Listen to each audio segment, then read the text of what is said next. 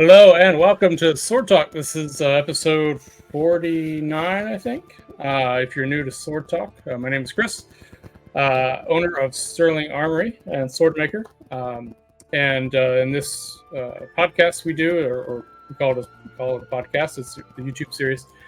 We talk about everything swords and sword related. And, there's a lot of the sword community is quite small.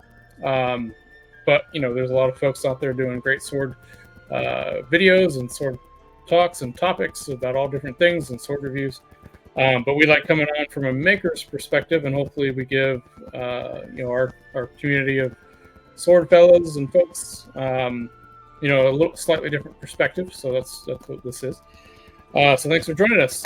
So today, I was going back and looking through all of our sword talks, and we do makers highlights, and we've done a bunch. So we've done Baltimore Knife and Sword with Carrie.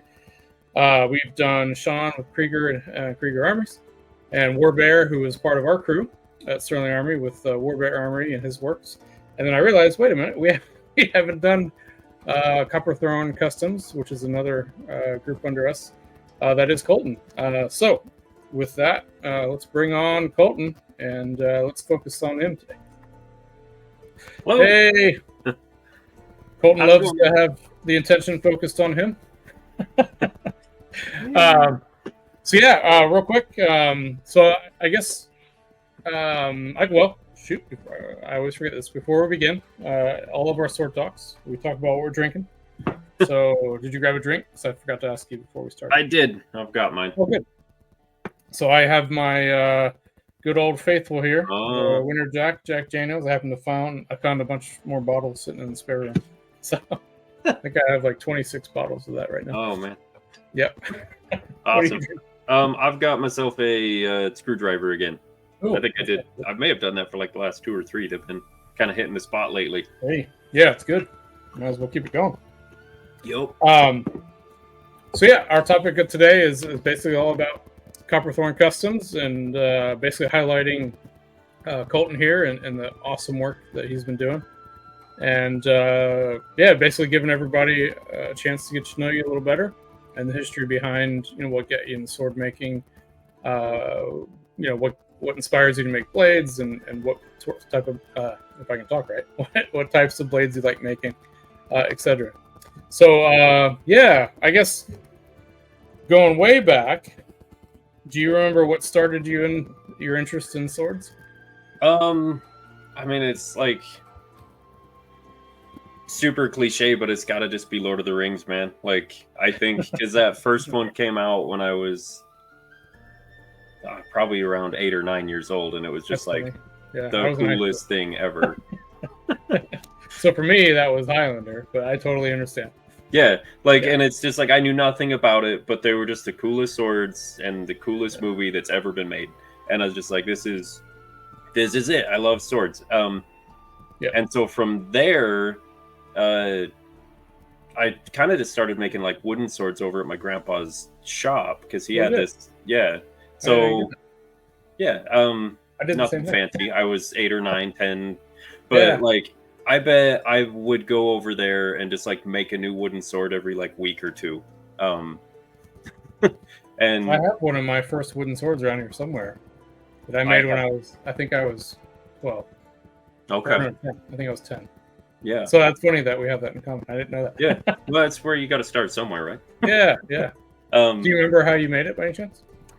Yeah. So he had a nice metal shop combo going on. They were actually making Gatling guns and cannons, contracted with for arms at the time. So we were set up to make all sorts of cool stuff.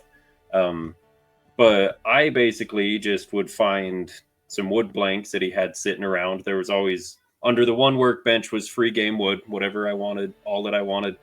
And I would just draw them out and then cut them on a bandsaw. And then we had like belt sanders and spindle sanders, stuff like that, and I just shape them from there. And not much. They got better and better as we went, obviously, but I guess I was doing stock removal on that as well. Yeah, I mean that's your blade making training right there. Yeah, made a lot of wood swords. Awesome. Yeah, so you got a leg up on me. So when I started doing mine, I think the first one I did, I was actually using, instead of, I didn't have a sander, right? Nobody had a sander yet. But I did I did a profile cut on a bandsaw. But then my dad had a router that we used to do all the bevels. Mm-hmm. Actually, it's very similar to how Josh bevels scabbards before he grinds them. So that's what I did for the edges. And that worked out pretty cool. And that blade is somewhere, or the blade, it's a piece of wood. The piece of wood is somewhere around here. I just don't know where it is right now. I'll have to bring it out next time. Yeah, You have any of your old ones? No, I don't think I have any of them. I have no idea how many I made, honestly. Like I was saying, like it was all the time. I was making little wooden knives, wooden swords, just all sorts of stuff, and they would just get lost throughout the neighborhood. And I armed all of the children in the neighborhood, apparently. Awesome, cool. So, do you remember? I guess the next step from there, from going to wooden swords. I do. That transitioned probably a few years later. It was at this point probably 12, 13, and I wanted a metal sword. My sister was buying swords, and my older brother had bought a couple, and they like United Cutlery, Lord of the Rings replica stuff, some stuff from like Scottish fests, and like nothing crazy. And like I did not have money to buy a sword when I was 12 years old. So I'm like, I'm going to make one. And there was some like there was like an old bed frame in the backyard or something like that. I went and cut out a blade out of that and welded a cross guard and a handle on it, and it immediately broke. Where the weld was? Yep. Right on the cross guard. I had no idea. I was just like, I think this is how you do it, and I just welded across on a piece of I think it was a pencil rod steel, so it's like super brittle. And well, bed frames are usually 5160. I actually did not know that. Interesting. Oh, because they're springy, right?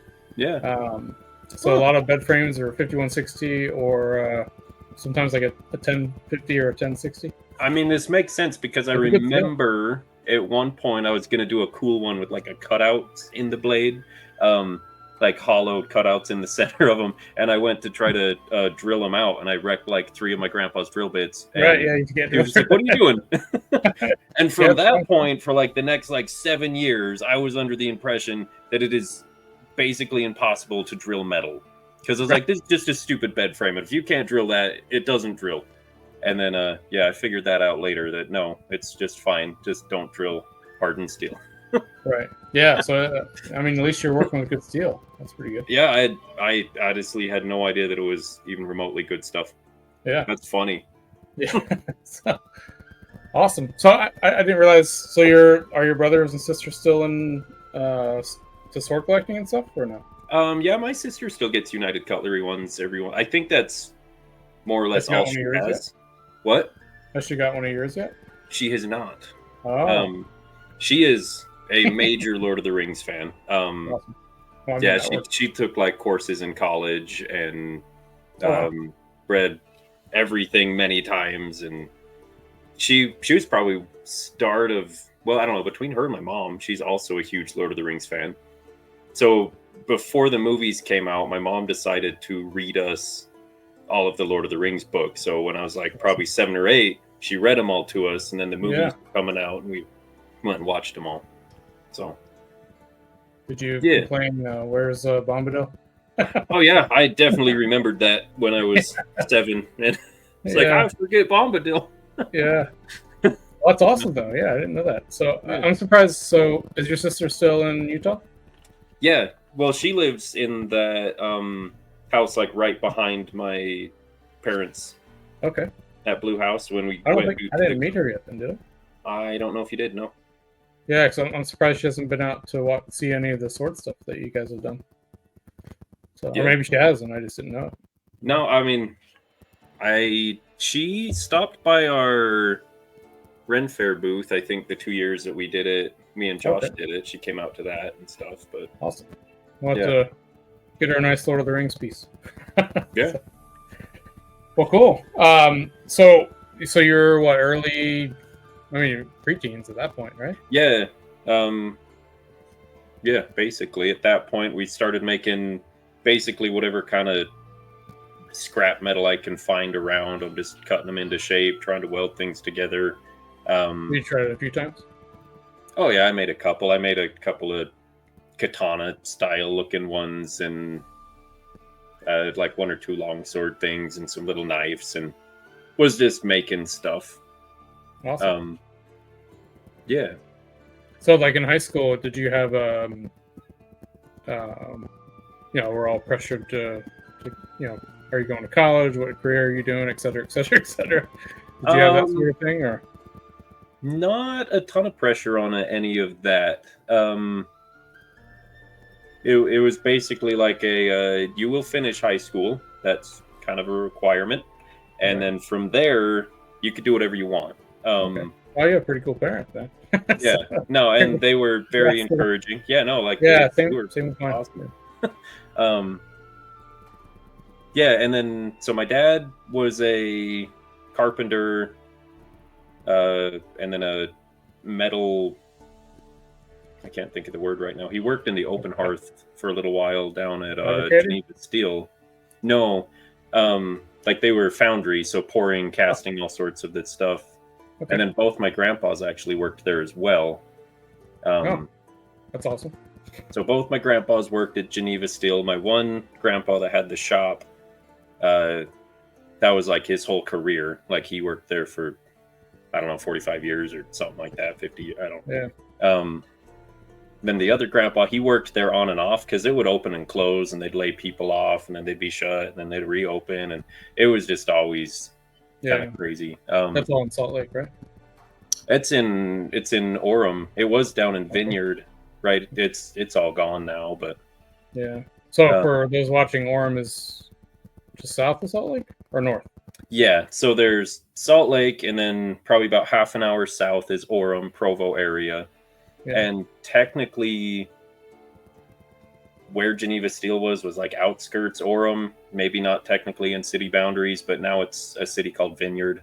Is kind of, they tore the mill down and they've built in houses and movie theaters and stuff like that. Yeah. Strap tank. Not quite strap tank. Oh. Well, isn't there one down there though, or is that that's in Springville, so another 15 minutes south or something. Okay. But yeah. Yeah, I don't know exactly where we. Was I answering a question and I lost it in there? I don't remember. Yeah, I was just wondering. So yeah, so I guess in high school. Oh yeah, college. You know that you wanted to keep making blades and maybe have some sort of field not there? Even remotely on the career path idea. Yeah, same. Like didn't even cross my mind. Kind of. Yeah. I was anticipating to going into like welding fabrication type of job. You did that though, right? Which I did, yeah.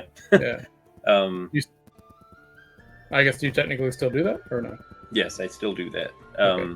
So yeah, in high school I was a part of the, well, actually 8th grade, 9th grade,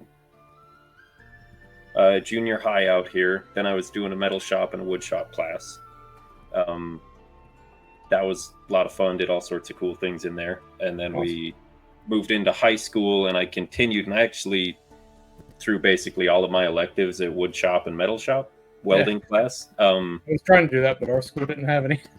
Yeah. We had automotive. I did that all 3 years, and then wood shop 3 years, and then welding I was actually doing back-to-back classes of that. Wow.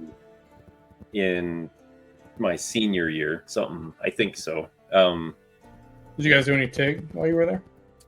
Yeah, we did all process. So, sweet. Yeah, we did MIG, TIG, plasma, torch, TIG on aluminum, stainless, steel. Wow. TIG on aluminum is probably the hardest thing in there. At least I've heard so far. Yeah, yeah, probably. In the advanced welding, the goal was to get 2 soda cans, and you'd have to drink them down, and then you'd butt them up back to back and weld them together without burning through. Wow, that's tough. Yeah, it's really tough. for Yeah. a high school kid. Like once you get it down, it's not too bad. But Did you have filler, or did you have to do it without filler? with filler. With filler. Okay, oh, that's okay. Not so bad. Yeah, not so bad. As long as you're on the thick part of the can at the bottom, right? Yes, exactly. Yep. Yeah, we're not doing the sidewalls there. Yeah, But that's still tough though. yeah, so in high school, I ended up in the Skills USA program. Cool. And I went and competed in state for welding as a junior, and I got third place in state. That's pretty awesome. And then they sent me back for my senior year, and then I got first in state, second go round. So then they sent me back to Kansas, and what? Drink that one. Yeah, so best in state welder for 2011. Awesome. Congrats, man. That's pretty sweet. Yeah. All the stuff I'm learning about you, I didn't know. Yeah. So then they sent me back to Kansas. I competed back there and was middle of the pack. I think there's something like 60 contestants or something That's like with that. the country, though, right? Yeah, in country, I think I was in like 23rd in country. That's pretty awesome. So I did pretty good in welding. Yeah, I mean, so welding is, you got to know your metallurgy, right? When you're doing welding stuff. So Yeah, it's a big step. that definitely plays more into it when you continue into the college levels. Right. This is high school level, so we knew some stuff. Like we knew what kind of rods we would be using for different passes, different position, but like we didn't get into all the different types of steels. Everything was just on mild steel for the most part. So, was it? Okay. Yeah. Well, and aluminum. Aluminum's tough. Yeah, aluminum's tough. Stainless is tough, but yeah. Yeah. Did you do any mixed metallurgy? Like, did you ever try any bronze on steel or anything? Nope. Have you done that since? Have you tried that since? Bronze you can take them together. Yeah. No. Unless you're just referring to like brazing them. No, you can actually take them together. It's not physically supposed to be possible, but you can do it. Never tried that. Yeah, it's pretty neat. So if you ever want to take a bronze section on a blade, or like Conan's blade has the bronze pieces that go up the side, take those together. There was a guy out in Carolinas, Little John was his name. If anyone's watching who knows him, that was his thing. Is he would do bronze hilts and take them directly to 5160 blades, and he would do bronze up the back and take it all on. It was really sweet work. That's how I found out about it. Yeah, no, I had no idea. Yeah, I think I want to say I heard he passed away, but I hope that's not true. But yeah, so if you're watching in the comments, let us know if you know who that is. He was super cool, a really nice guy. And when you hear the word Little John, he was pretty much exactly what you would expect out of the Little John. So right out of Robin Hood, and that guy was it's pretty cool. That's way cool. Yeah, we're gonna have to look into that. That sounds interesting. Yeah, it opens up a lot of weird possibilities. Yes, it does. That not a lot of people are doing. So right. Yeah. Interesting. Okay. Yeah. So when so you were working at I'm trying to remember the shop you were working at, the stool shop. So that was Seating Innovations. Job? Yeah. So after high school, I had quite a few different companies like call me up and was like, "Hey, we heard you won state. You want to come work here?" Yeah, I bet. Yeah, I was gonna say that's a great job opportunity. Yeah, and so this shop was just kind of local in town, and I was like, "Yeah, let's go try it there." So, went and worked there I ended up being there for almost 10 years before the place shut down. Wow. Yeah. So kind of just started shop floor making more or less manufacturing job, just custom parts, jig them together. Machine shop, right? What? That was a full-on machine shop, right? Not necessarily. No, I wouldn't really say so. Okay. We had a mill and a lathe and a automated bandsaw type, some cool stuff. But yeah, I wouldn't call it a full-blown machine shop. Okay. Yeah, I don't know why I was thinking it was. No. Yeah, more of a fab shop, if anything. But okay, that's still a lot of great experience there, right? Yeah. Well, and that's what got me back into swords. As we loop around here, because I kind of ended up working my way up there, and I was GM, and so I just had access to the shop before and after hours, and there's just a bunch of scrap metal again and all sorts of fun equipment and machinery. Yeah. And that's when I started looking into more, like, I don't know, more of a real process of making swords. I don't know, Yeah. not a real process, but I'm not welding a blade onto a cross guard with a bar on it. So I But started. at this point, are you thinking of it just for fun, like to put something on your wall, or Oh how yeah, are you? Okay. straight. Yeah, totally. More or less just a fun project. Like I feel like I basically always have to be working on something. It doesn't really matter what it is. I transition between a lot of things and a lot of interests, but swords have always been a peak interest. Yeah. And was so there they another were just, movie or something that caught you back into it, or just the metal alone was like, hey, wait a minute, I can make a sword. yeah, basically just the metal alone. Like, you're working in a shop and you pick up a 2-inch by 1/4-inch steel bar that's 4 feet long, and you're like, it's automatically a sword. this is a sword. I can make a sword out of this. Yeah. Just like the wooden stick when you were kids, right? Yeah, it's exactly the same thing. Yeah.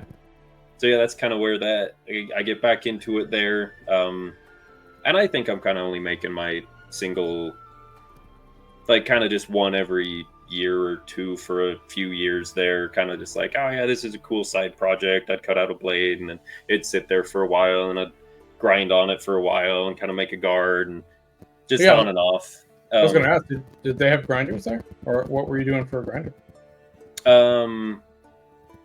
I was doing it with we had a grinder. It was like a 6x48. Oh, okay, that's nice. But it's on a bed, like on the flat platens. So right. Yeah. It was nice, and I would use that, but I actually ground most of it with an angle grinder. We had one of the big 1 horsepower with like the 10-inch wheels on it. Yeah. And I just kind of There's a couple companies in the stage combat realm, like Badger, or it used to be, Badger blades. And then I forgot the name of the other one. But yeah, that's all they use is those 10-inch angle grinders to do all their bevels. They can remove some material real fast. Yeah, so I think they set them up on like a fixture. Although I don't know what that fixture would be. So that way they just run their angle grinder across it really quickly, and it clears the steel out because the fixture doesn't allow the angle grinder to go past, wherever the fixture is. But I don't know what material that would be, other than just steel they throw away afterwards, which it could be. But I saw it happen the process a few times, and I'm just trying to think back to it. But yeah, it's just giant angle grinder. So when I first heard about it, I thought they were doing it, like literally by hand, just and having that much control because the lines are like perfectly straight. And that's when I found out now they're using a fixture. But you can do pretty good work with an angle grinder. Yeah, I wouldn't say that what I was doing at that time was very good work, but I was doing it. And I was actually more interested in making the complex hilts, like rapier cutlass style basket hilts and stuff, and I made a couple of those.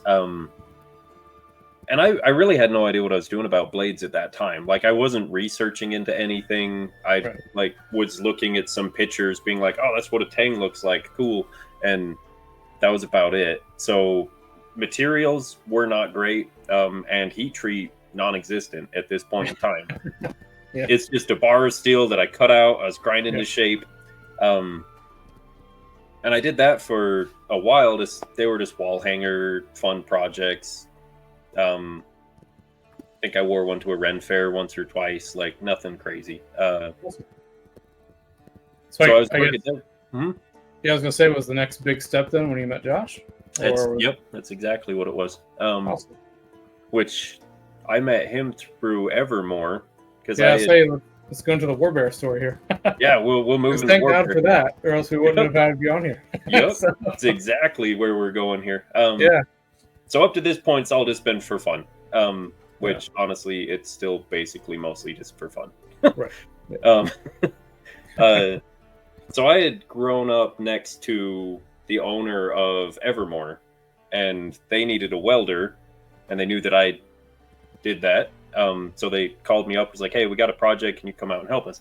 I go out there, I meet this guy Warbear, and I was like, all right, who's this guy?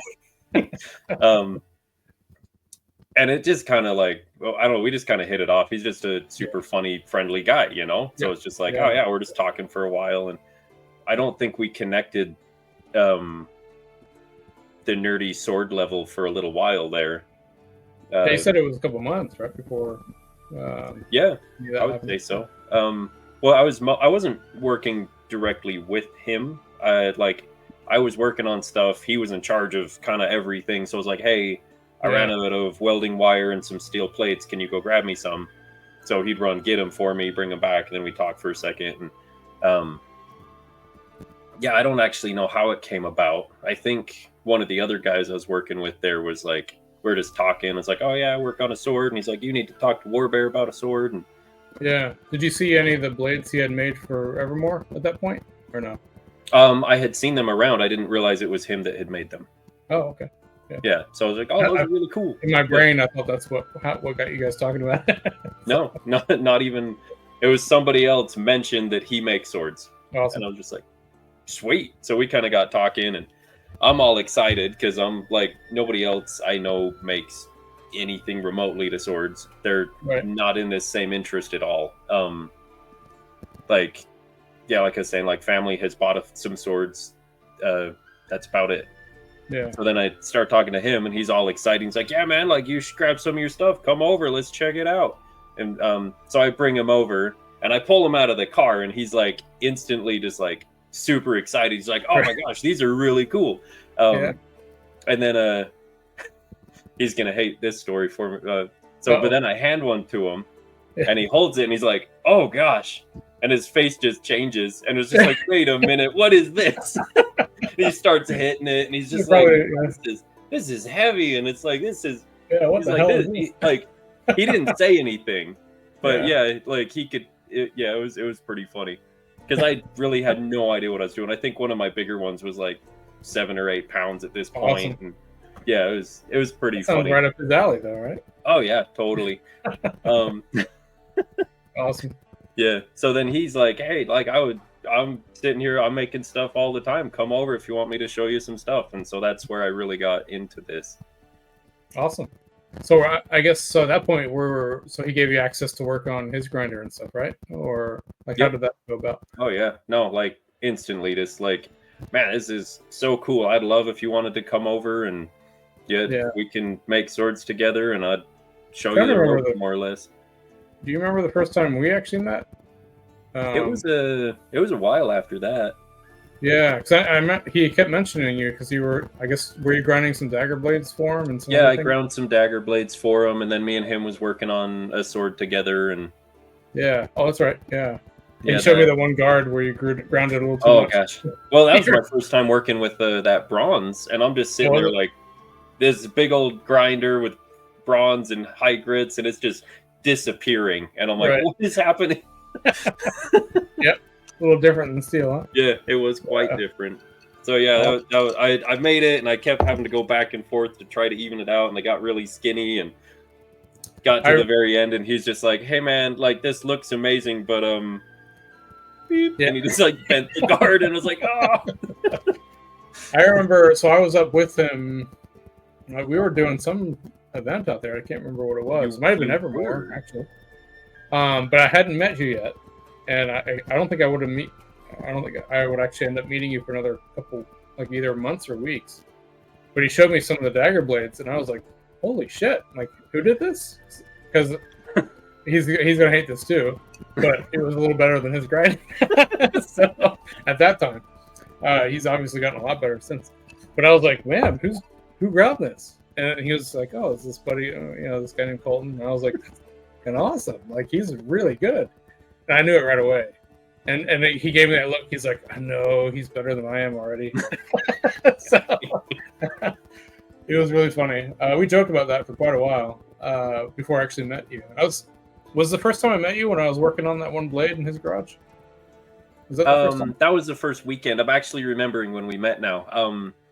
We met up at the it was the Provo Mall because they had like a makers market going on. I do remember and that so now. me and Sierra and the kids came over. Yeah, and Sierra had the long braids in at that time, right?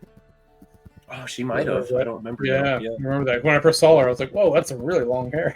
Yeah. Were they dreads or braids? Yeah, they were. Yeah, they were the dreads. The dreads. That's right. Yeah. Yep.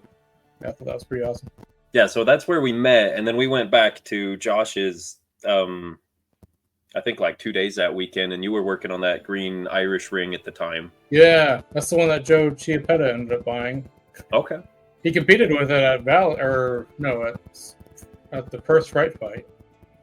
I don't. Were you there for that one? I was not. No. Oh, so he cut with it. It's a really great blade, and he cut with it. And he did a great cut, and then he cut with it again and messed up the cut, and then he blamed it on the sword. And Phil looked at me. He's like, I was like, "It's not the sword, dude. If you want to give it back, I will gladly buy it back." Because that was I love that blade. It's a sister blade to the one I made for Shelby.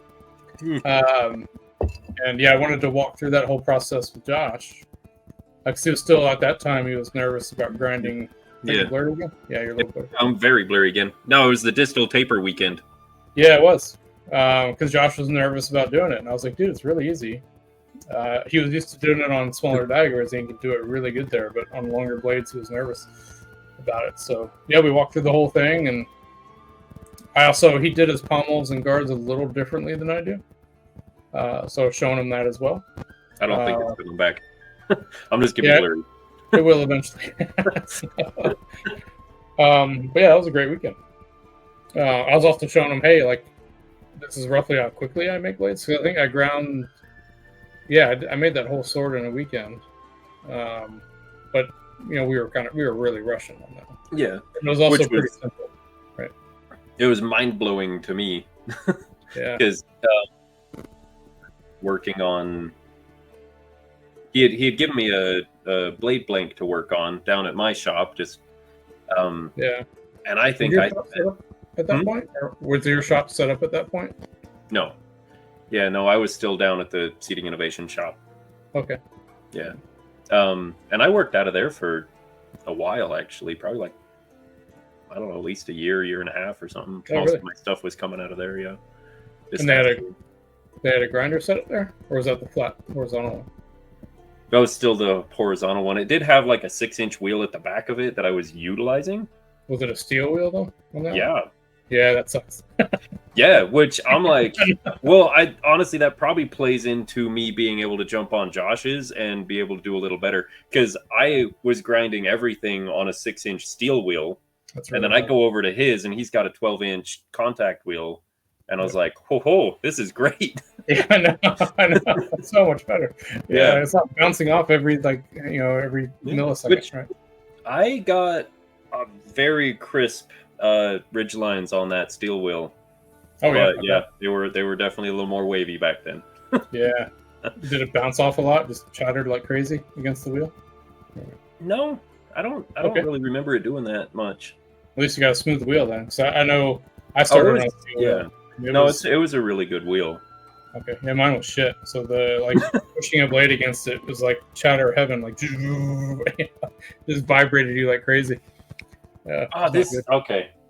We got 2 seconds. I actually am just remembering I have the first dagger that I made after I met Josh right here. I forgot about that. Yep. Yeah, grab it. And while he's out there, I actually have 2 blades from his that I own. That I have here. Actually, one of them is for sale. But yeah, so we'll show those off here in a little bit as well. So, oh, there he is. Yeah. Oh wait, have I seen that one? I think so. Maybe not in person, but holy crap, dude. So yeah, after we met Josh, I was like, aha. So I was super excited. But again, I've seen that one. It's in one of our first Sword Talk videos, pretty sure. Oh, okay. It was like, I think we had a topic about like some of our favorite pieces, and this one's on here because it's like one of my first pieces I made. Yeah. At that point in time. Is that out of one of his blanks, or is that? It's not. It's just mild steel. Oh, it's mild steel. Okay. Yep. It looks really good. I think you should remake that again in actual steel. Yeah, well, actual steel. There's no distal taper at this point, so it's pretty heavy. Pretty short though. Oh well, you can fix that on the new version. Well, I mean, that's the funny part. Like, it's got basically like a sword hilt on it, but with just a little short blade. So that's pretty sweet. Yeah. So there's that guy. That's one of my first full tang peened press fit stuff. He showed me how to do the leather work on that, which turned out pretty good. So yeah. So I guess so. Once you met Warbear, and then we met, did you kind of get like a crash course in the sword stuff? Or I'm trying to remember how. Yes. 'Cause I remember like it was only a few months. I was like, holy shit, he's making like really awesome swords already. So, well, I don't know. Josh was like, hey, yeah, sorry, cut you off there. I was gonna say Josh was like, yeah, he's pretty much grown up, with a machine in his hand. So yeah, no, that's exactly what I was gonna say. Like, it's like my whole life was steering me to this direction. Right. I just needed this like everything to click in place of like this is how it like. This is kind of what weights should be. This is what balances should be. Maybe try using these steels and these materials. Like, So, like, yeah, I mean, and you sneeze and, gold comes out. So, well, I don't know about that, but there's a lot of effort. Yeah. So then from there, we just would go hang out with him and we'd make stuff. Awesome. I was mostly I ground a decent amount of like dagger blades for him and so that's going back. Swords. So that's pre-COVID, right? Yeah. Yeah, so that's going back to what, like 2019-ish? Is that right? I think so. Yeah, it sounds like. Oh yeah, because the reason why I was there making that blade was getting ready for Combat Con for our first. Or no. Oh, that's right. Yeah, no, that's exactly right. And then that blade that I was telling you about that I ground on for like 8 hours to get this blade in shape. Right. That was a big elven blade, right? Or no? No, it was that. We'll mention Joe on here again. It's that Black Witcher blade that he bought. Oh, yeah. So that was like my first official piece that went out and got sold. Yeah, I remember holding that, and I was just like, holy shit. Yeah, so I was like, can I buy this? I looked at Josh, and he's like, you can buy it. So, yeah. But he knew right away as well when we saw that piece. So, yeah. We're like, we got to get this guy on like full time. So yeah, we were pretty much talking about that at that Combat Con because you couldn't make that one, right? No, I didn't go down. I just sent that with you, and we were showing that off to everybody, and look at this, Well, I remember because we were working that Evermore booth together, I think. So Josh went down, and I covered the booth. And then it opened up, and I remember you guys texting me like, "Hey, your sword just sold," and I was like, "It hadn't even opened yet. Like, what are you guys talking about? You're messing with me." It's like, "No, it's actually sold," and I was like, "Oh, okay then." Yeah. And I stuck in the dagger game actually for quite a while. We still are, right? Yeah, yeah. I mean, they're still some of my favorite things to make, but I did a couple swords. I didn't have a lot of blanks for swords, but I was able to get blanks for daggers from Josh because he had quite a few of them. Right. So I was making those. He likes those. Yeah. So I did a decent amount of daggers, and now I feel like I've actually outbalanced. Now I'm doing more swords than daggers. So yeah, I'm the same way. In fact, I'm trying to force myself to do more daggers, just especially some rondelles and some things that I don't usually do. So just trying to balance out everything, right? Yep. So I'm hoping. So I'm not sure when this will air because I'm actually behind on dropping our Sword Talks online. But yeah, hopefully, I'm pretty sure this will air before our next event, which is Valley of the Sun. So right now it's December 19th. Valley of the Sun is not February this year, or next year, which is new because usually Valley is in January. So yeah, this should air before then, but I'm going to try to bring out, some daggers as well as swords, whereas usually it's just swords, right? Yeah. So yeah, fingers crossed. Yeah, So I still don't have to do shop yet. Also, since it's December 19th. That new Gladiator movie just came out, and we're seeing Oh, that yeah, Gladiator sitting back there. Yeah. So I'm gonna see if I can get a Gladius together, which would be my first one. So we'll see how that goes. But Yeah, I can if help I you with get that. one done, I'll Totally send it down Yeah. or Yeah, come that'd down. be I awesome. don't actually know if I'll be there or not. I was not fully aware we were going yet. So Yeah, so yeah, I surprised you with that one. So, well, we weren't planning on doing it because it's a very busy season. I'll say that. We got a lot of events. There's in fact a big event the weekend after. But yeah, we decided that I'm going to fly out for that, and then hopefully, obviously Josh will be there because he's in Phoenix, and if you can make it down, that'd be pretty sweet. yeah, I'd like to. But yeah, so I'm trying to. So, do you remember your first falchion? I do. Yes.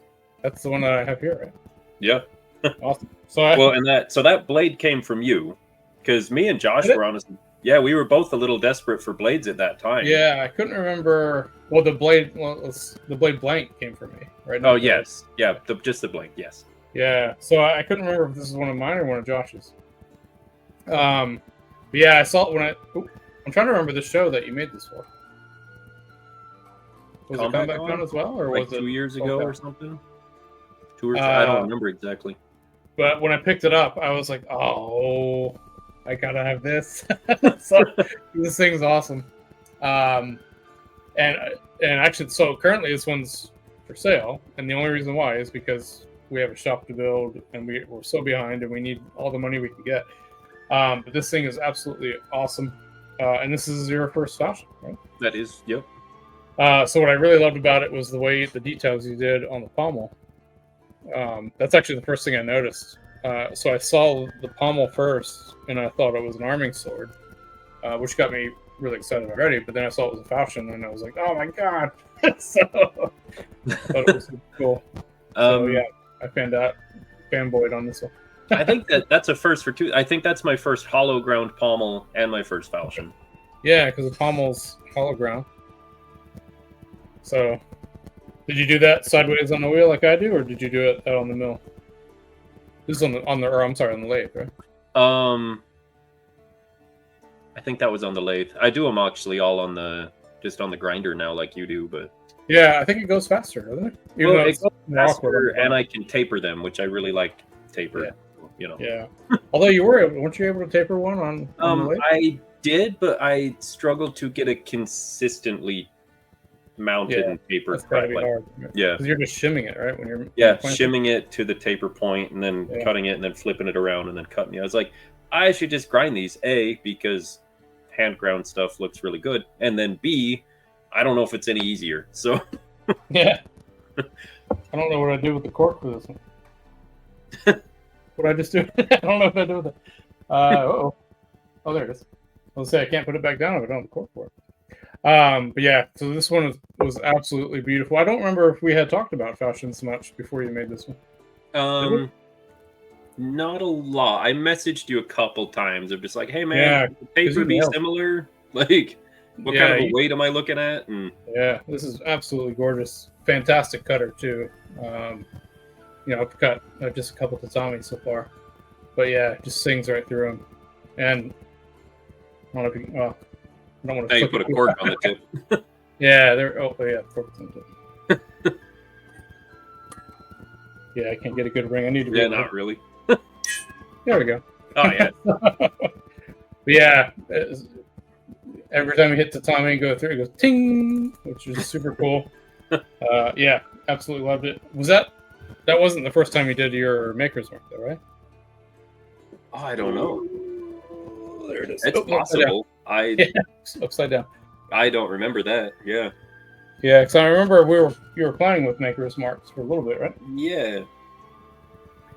Well, and that's when I was grinding my fullers with a angle grinder.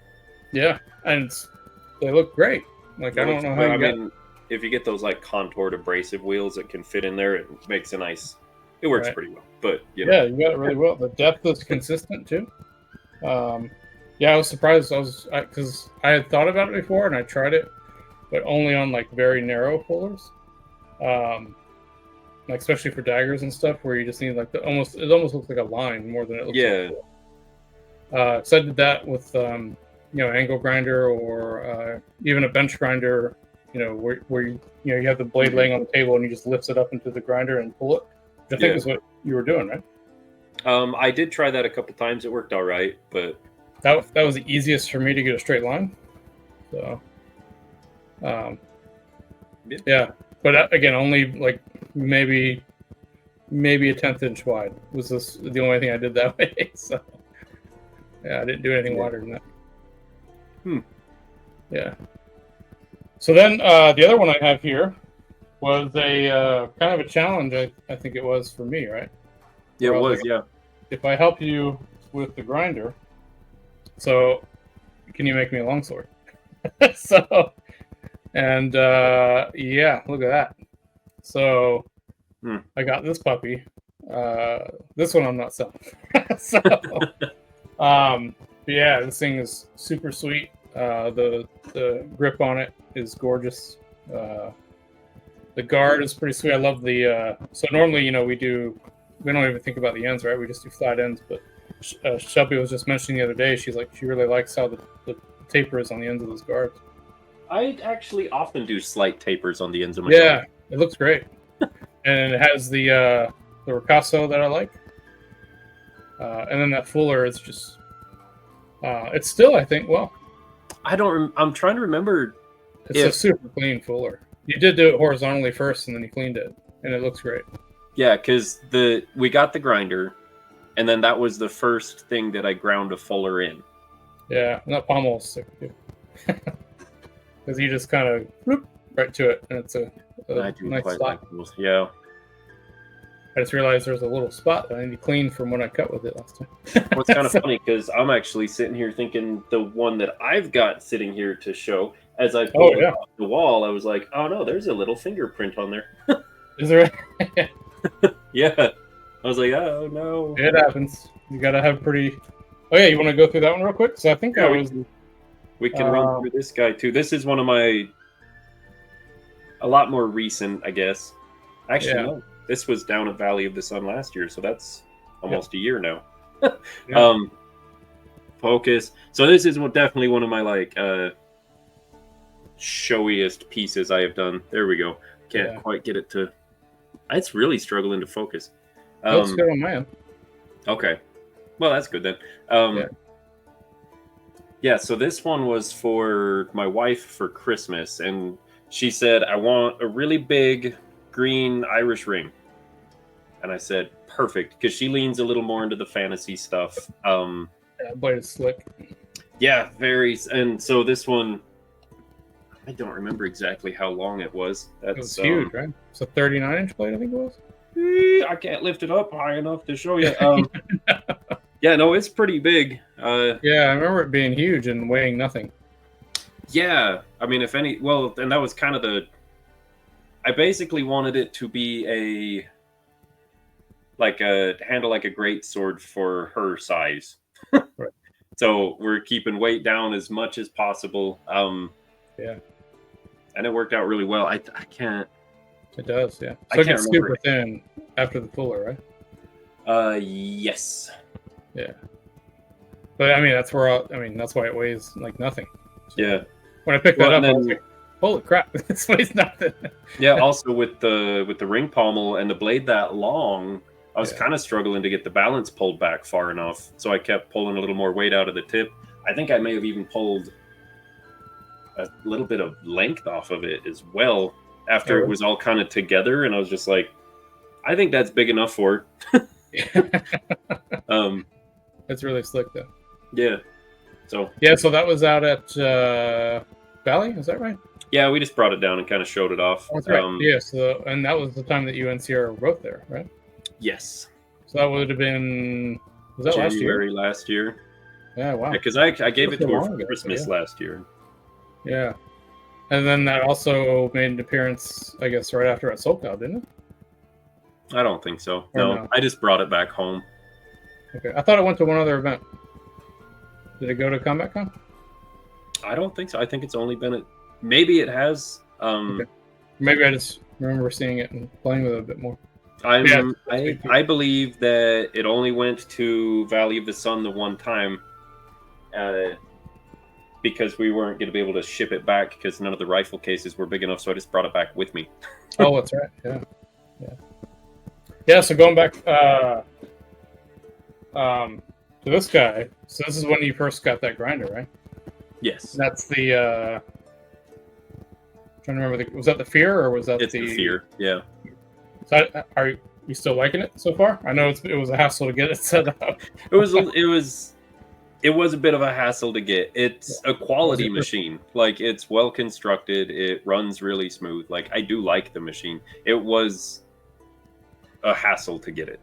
Yeah, which is a shame. That was your first 2x72 though, right? Correct. Okay. I had a 2x48 before that. Yeah. I had that. Really good work on that. Yeah. Well, so there was the 6x48 with the metal wheel, and then I got that. I don't remember the name of that one. Hooks onto the side of a bench grinder, and then the tool. Multi-tool, right? It was something multi-tool. Multi-tool, yeah. Yeah. So I got that one. It was the 2x48, and that was an awesome little attachment. Like, it works really well. So you still use that from time to time, or? I thought I would. I left it like set up, but nope. It's just sitting there now. Yeah, because occasionally, I don't have one of those specifically, but basically, if I have a different size wheel on a different machine, I'll always keep it set up there, and I'll use it when I need that size wheel. So instead of switching out the wheel on the variable one that I have. Yeah. So it's helpful. I remember why I don't use it. I took a chunk out of that wheel at one point. Oh, you did? Very scary. I haven't gotten a new one yet, so that'll do it. That's why I'm not using that anymore. I don't have a wheel for it. Yeah, there's a little chunk out of mine, and I don't remember if it was Josh or Thomas that stabbed it with a blade when they were grinding it. But it's not that big that it throws off the wheel a lot. I mean, it does throw it off a little bit, but it's not big enough that I have to replace the wheel yet. Oh no, mine was scary. It was a very large chunk. Like, aluminum came with it. Oh geez. Yeah, It caught. How did I do that? I had went down on a pass, and then I was coming back up and around. And as I was coming, how did I do it? I was going around the top. I remember that the tip barely caught on the top edge of it, and it just kind of like dug it in and then shot it down. I didn't grind a blade for a couple days after that. Like, I don't have a wheel, and that was very dangerous. Terrible. Yeah. Yeah. Well, at least I don't think you've had any Josh incidents yet, have you? No. Okay. Yeah. Knock on all the wood you can. So for those watching, Josh incident is when you either run a blade through your fingers, or try to drop a falling blade, or try to stop your wheel with try to stop your wheel with your hand with a rubber glove on. Yeah. Josh's. We love your Warbear. He's not gonna watch this. It's fine. Yeah, that's true. Probably true. I guess so. So ever since we've been working on all this stuff and sharing knowledge and doing all this stuff. Your blades have definitely, at least from my perspective, because I didn't know a lot of your history that we just talked about today. But yeah, a lot of your blade quality just like skyrocketed up there when I was watching you make stuff, and I was just extremely impressed of how quickly you were learning and just pumping them out that were just like pieces of like masterpieces of artwork, like that two-handed falchion. I think Ryan got that. Yeah, he did. That was amazing. I was like, holy crap! Another one I wanted to buy. So I was like, I can't buy all of Colton's blades. Like, I gotta let other people buy.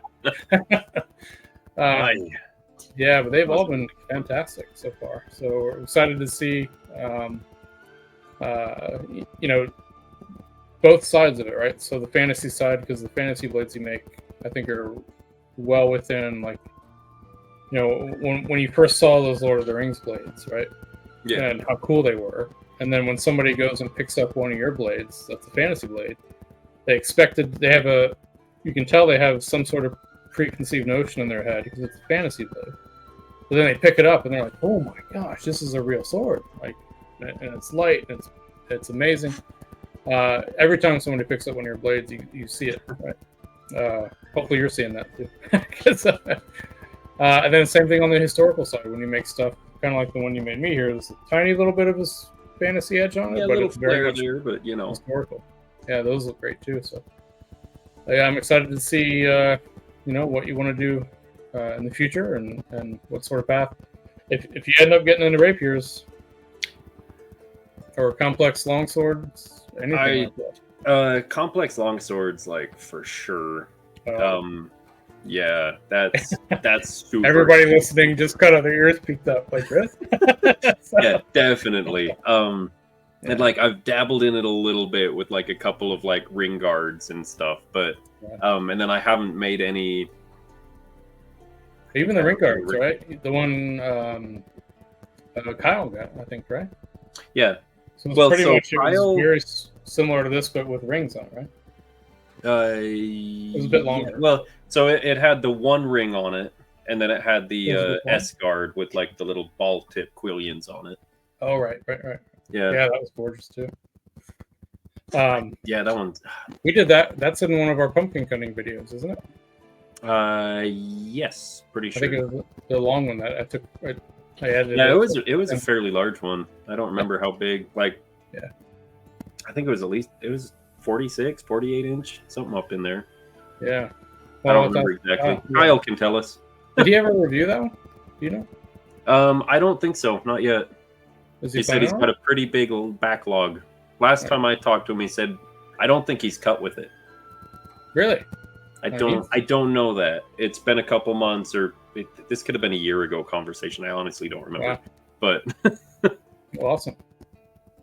Yeah, so at Valley of the Sun, for those who know me, they know that I have my cutting sword that I've made. I think I made that in 2010, 2011. But it was a stage combat blade that I used in stage combat in various shows for quite a while. Then I converted it to a sharp. That's what I've been competing with. But it's time to retire that blade because it's been way too long. Like, I'm pretty sure there's a crack in that tank. So that sword's been through a lot, including like chopping 3-inch trees down. So yeah, it's been through a lot. I need to retire it, and I just haven't had a chance to. I haven't had a chance to make a new one. So I was like, you know what? That the last event I did, I was like, that's it. I'm not going to cut with that sword anymore. I don't want to break it, right? So I wanted to be able to display it up and keep it nice. So I'm currently making a new one, but it's going to take a while. But there's a really sweet one that Colton has that he made that's for sale. It's currently at Warbear's place, so we can't show it to you right now. It is online though, right? It's on our Facebook page. We posted it available a few times. In fact, if you want probably before this airs, if you want to post again, like, hey, by the way, these are available. So if you don't want Chris competing with it, right? So I want to compete with that at Valley of the Sun. So if you buy it, that's the stipulation. You got to let me compete with it. Okay. That seems to work out well so far, right? So the arming sword the guy bought at SoCal, I was like, so I was going to compete with that. And I was like, well, you can buy it, but you got to let me compete with it. He's like, oh yeah, fine. And I ended up taking gold with it. And that was his first time ever competing. And he took 6th place with it, which he was really happy with. So yeah, he did really well and open with it at what was the last event? Bright Fight?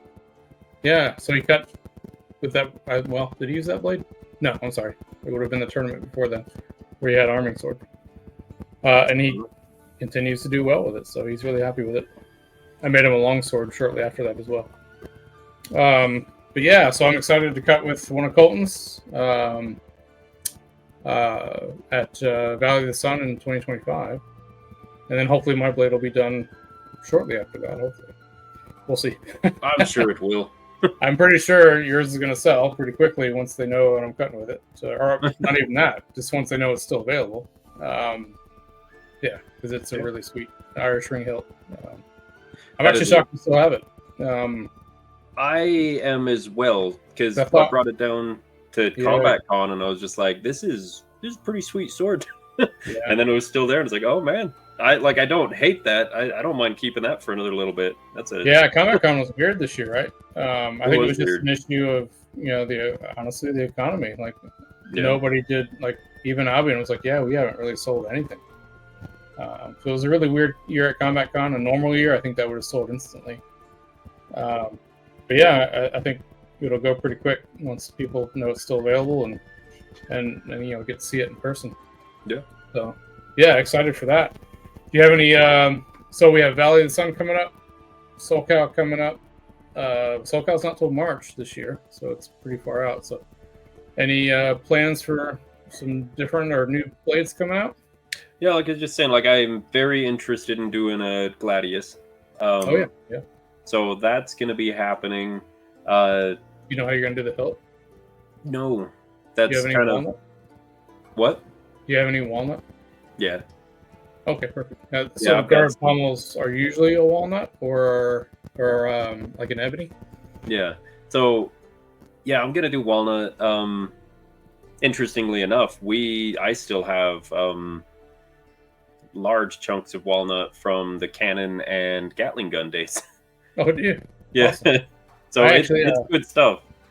I don't know if I ever showed it off. I have one giant chunk of walnut that came out of a factory that made like flooring. And it was it's I think 3.5 inches thick by 6 inches wide, and it was 10 feet long. It was just a giant, almost like a railroad tie. Yeah, that's a of chunk. walnut. And I was like, and it was just sitting there on the side of the building. And so I pulled up and I was like, hey, like, is that walnut? Because it looks like walnut. And they're like, yeah, that was for a flooring job, but we couldn't use the rest of that, so that's the leftover. And I was like, that's a huge piece of leftover. Like, yeah, like take it if you want it. So I was like, yeah. So I had to borrow like my dad's trailer because I couldn't fit it in my car. It was too long. And I borrowed the trailer, got the piece of walnut on there, and took it home. And I was still in college at that point. So I've been doing every Gladius I've done is from walnut pieces from that chunk, and That's I still awesome. have. So right now it's probably like 3 feet left. I've also done some messer scales with it as well because it makes a really pretty messer scale. Yeah.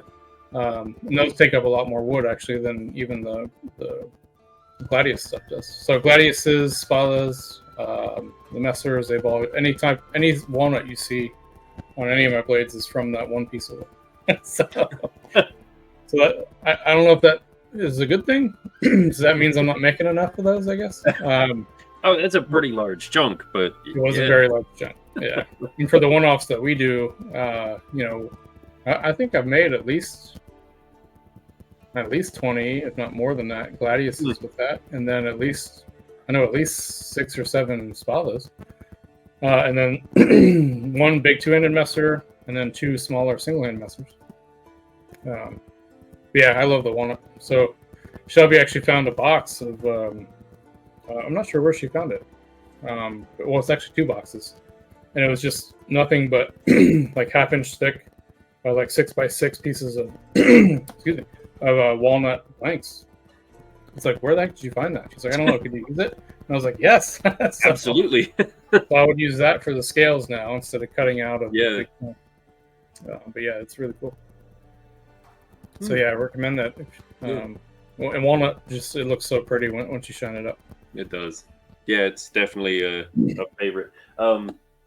Yeah, so I mean, that's my nice little walnut piece there. I've done a couple with walnut handles. Yeah, most of mine is like I was saying, like it's all coming from old cannon stocks. Yeah, cannon tails. Any idea are you going to work on your favorite blade from Lord of the Rings anytime soon? It's sitting there. Oh, is it? Are you nervous to work on it? What? Are you nervous to work on it? I just haven't pulled the trigger on doing it yet. I think I'm not actually that nervous to do it. Oh, you should get it done.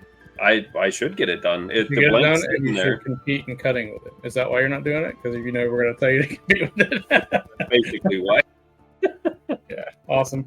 Yeah, no, that's coming. Are you doing it as a single hander or as a hand and a half?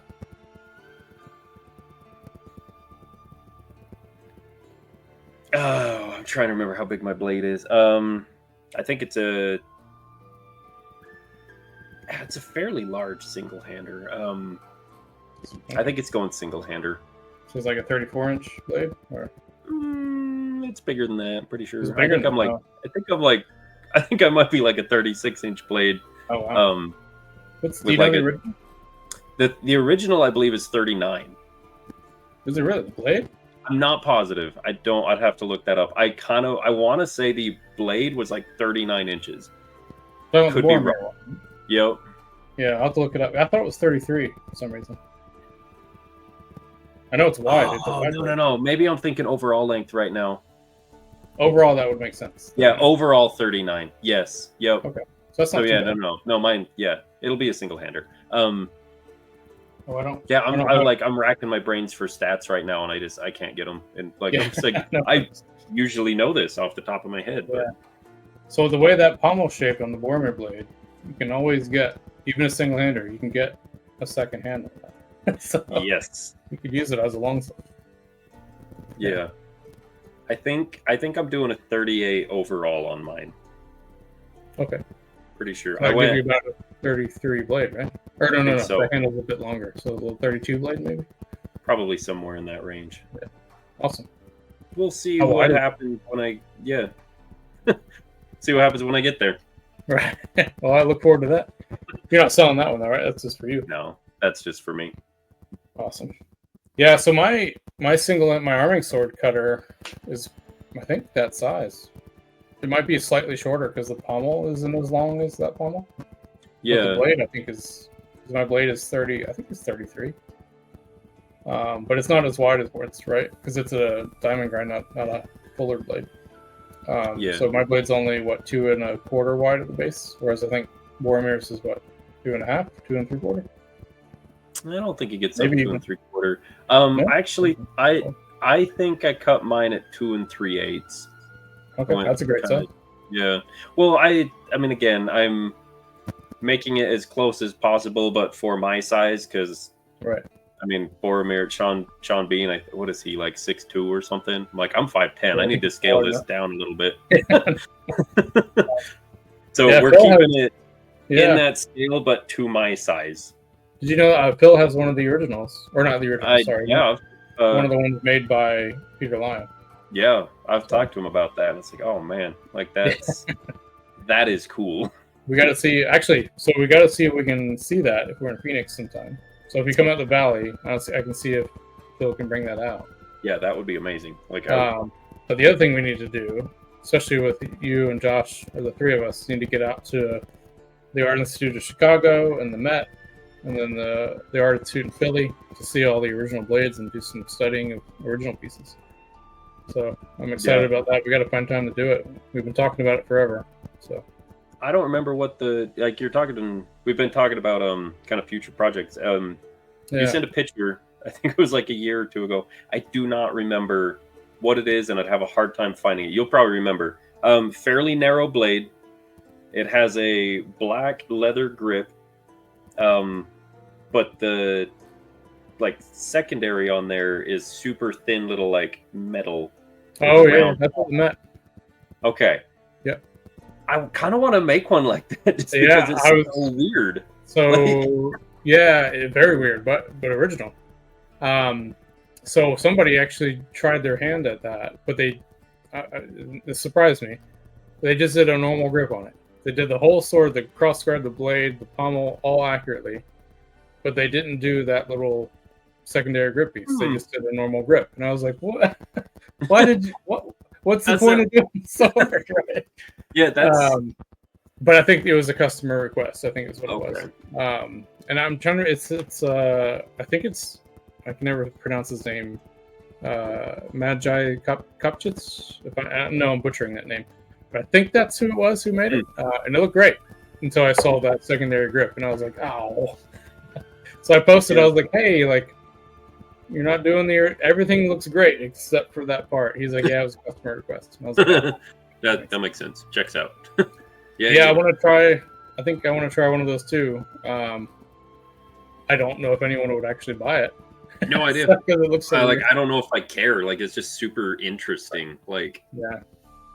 yeah, maybe we'll have to make we'll have to start those together and then see like where we end up on. Yeah. Josh did that one that Kyle got. Oh, Kyle also got that one. Yeah, Kyle's buying all our stuff. Yeah, Kyle, thank you. Like much appreciation. Yeah. But that one started out a bit fatter because he wanted it to look like an Anduril mixed with a historical piece, which is, I mean, that's the way to go, I think. But he ground so much bronze off of that. I remember walking out in the garage and he looked bronze because all the dust said he was wearing his hoodie because it was cold out, and all that bronze dust was just all over him. He was like glimmering in the light. It's really funny. I was like, holy crap, man! So he ground probably like, I mean, at least 2 pounds of bronze off of that thing, if not more. It was really chunky, and I was like, you should start with something smaller. He's like, nah, it'll be fine. Okay. But yeah, it ended up really nice. So even that one, even though he got that one pretty thin, it was still a lot bigger, like than the one in the Met. So the one in the Met is just barely around the width of the tank. Super bizarre and very interesting.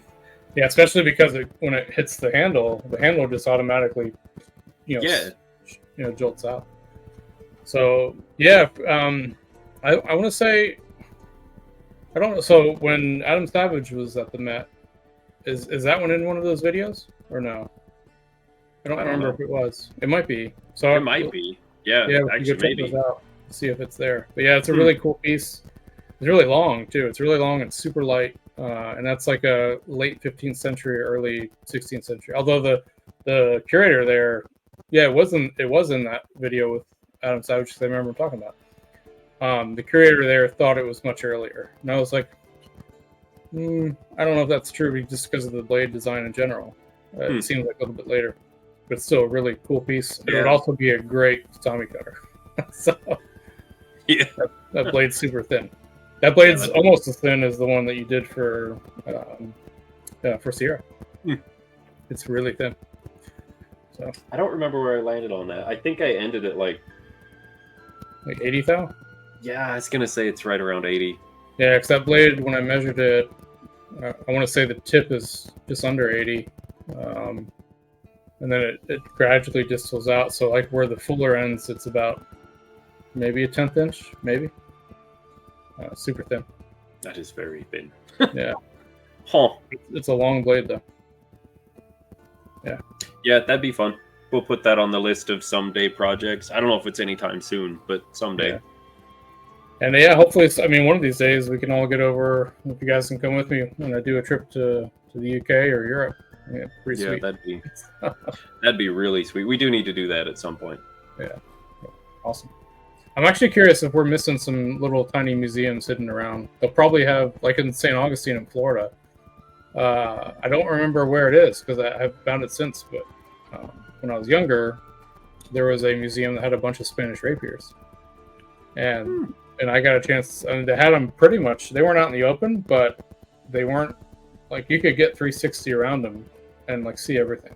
So I was taking all sorts of pictures, and I was probably in my, I was still, early college years, and I was just so excited about seeing those, and I don't remember where that was at, somewhere in St. Augustine. So I'm wondering, down in Texas and down around those areas, if there's some museums there that we don't know about that probably have, a lot of either Civil War era or even going back to the French and Spanish, times when they were in those areas. So it'd be pretty sweet. That would be really cool. Yeah. Yeah, you never know. So there's also a lot of private museums and collections around. They think that Edward the Third blade might be somewhere over here in a private collection. So it'd be pretty neat to see. So, alrighty. Well, we're at we're at about an hour and 15. Yeah, we went a long time on that. Yeah. Well, thanks. I learned a lot. So it was pretty great catching up and getting to learn what makes Colton tick and how you got into sword stuff. So that's pretty cool. That's funny and we have a lot of stuff in common too in terms of that. So I think it's Josh that always says it, that most sword makers are kind of just mirror copies, but every time it's just a little just a little Right. tweak here and there. Everybody is just like, Sure. oh my gosh, love swords. Pick up a stick and just try to make a sword, and we just keep doing it. Like, Yeah. Yep. Absolutely. So I mean, and all the different makers that we've met is the same thing too, right?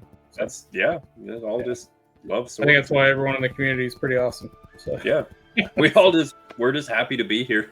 yeah, absolutely. Alrighty, guys. Well, if you're still audience-wise, if you're still hanging out with us, thanks for joining along. Hope you guys learned a lot as well, and hope you're excited to take a look at Colton's pieces in our next couple events. And so we'll be at Valley of the Sun in Phoenix, Arizona, and that is that Valentine's weekend? Yeah. Oh, is it? So that's Valentine's weekend in February. Yep. Hmm. Yeah, that makes it a little tricky to get there. Well, it does. Yeah. And then the next event after that will be SoCal, which is March, although I don't recall it's I think early to mid-March. I don't remember. And then after that will be our last Combat Con. Well, at least as far as we know, it's the last Combat Con, unless it moves to or gets taken over. So yeah, if you can join us at any of those events, please do. If you can't join us there, we understand. But there is always, like, we post all of our available blades on our Facebook page.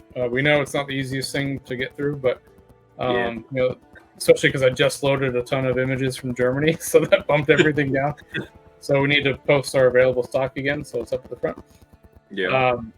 But yeah, if you can grab one of Colton's pieces, highly recommend.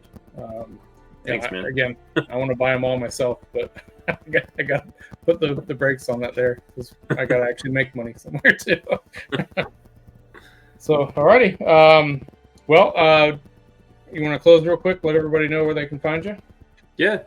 You can find me at Copperthorn Customs. I'm on Facebook, Instagram, TikTok. I'm not great about checking most of those. Best place to reach me is Sterling Armory on Facebook. Yes. Yeah. So yeah, most of our traffic is through our Facebook page. We are getting the messages for those who are not on Facebook. We understand. But just so you know, you don't have to be on Facebook to go to our Facebook page and see everything. When you go there, it looks like they're asking for a login, but you can just exit out of that and it'll take you right to our page too. Eventually we'll get the web page set up. We're just so busy right now, especially with the new shop build and everything else going on. Yep. So yeah. But thanks for joining us. And we'll catch you guys next time. Yep. I gotta find my head. Here we go. I had the wrong mouse. All right. Take care, guys. Stay sharp.